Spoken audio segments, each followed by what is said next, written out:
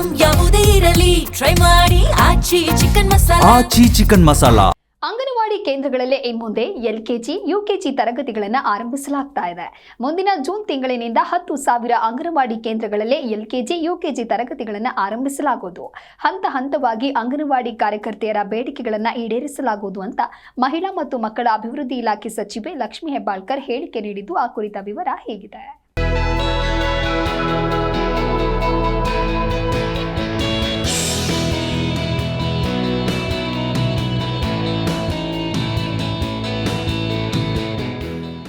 ಮುಂದಿನ ಜೂನ್ ತಿಂಗಳಿಂದ 10,000 ಅಂಗನವಾಡಿ ಕೇಂದ್ರಗಳಲ್ಲಿ ಎಲ್ಕೆಜಿ ಯುಕೆಜಿ ತರಗತಿಗಳನ್ನು ಆರಂಭಿಸಲಾಗುತ್ತೆ.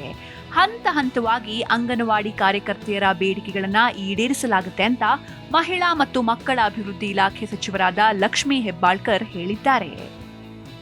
ವಿವಿಧ ಬೇಡಿಕೆಗಳನ್ನು ಈಡೇರಿಸುವಂತೆ ಕರ್ನಾಟಕ ರಾಜ್ಯ ಅಂಗನವಾಡಿ ನೌಕರರ ಸಂಘದ ವತಿಯಿಂದ ಫ್ರೀಡಂ ಪಾರ್ಕ್ನಲ್ಲಿ ಅಂಗನವಾಡಿ ಕಾರ್ಯಕರ್ತರು ನಡೆಸಿದ ಪ್ರತಿಭಟನಾ ಸ್ಥಳಕ್ಕೆ ಭೇಟಿ ನೀಡಿ ಮನವಿ ಸ್ವೀಕರಿಸಿ ಮಾತನಾಡಿದ ಸಚಿವರು, ಈಗಾಗಲೇ 5,000 ಅಂಗನವಾಡಿ ಕೇಂದ್ರಗಳಲ್ಲಿ ಎಲ್ಕೆಜಿ ಯುಕೆಜಿ ತರಗತಿಗಳನ್ನು ಆರಂಭಿಸಲಾಗಿದೆ ಎಂದರು. ಸಂಘಟನೆಯವರ ಜೊತೆಗೆ ಮಾತುಕತೆ ನಡೆಸಿ ಮುಖ್ಯಮಂತ್ರಿಯವರ ಜೊತೆ ಚರ್ಚೆ ನಡೆಸಲಾಗುತ್ತೆ.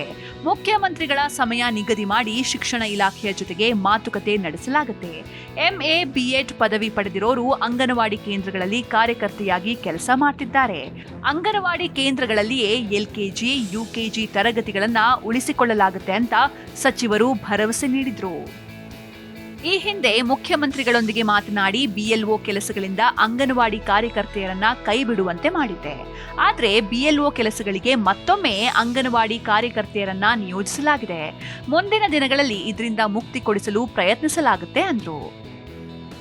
ಇದರೊಂದಿಗೆ ಮುಂಬರುವ ಜೂನ್ ತಿಂಗಳಿಂದ 10,000 ಅಂಗನವಾಡಿ ಕೇಂದ್ರಗಳಲ್ಲಿ ಎಲ್ಕೆಜಿ ಯುಕೆಜಿ ತರಗತಿಗಳನ್ನು ಆರಂಭಿಸಲಾಗುತ್ತೆ ಅಂತ ಸಚಿವೆ ಭರವಸೆ ನೀಡಿದ್ದಾರೆ.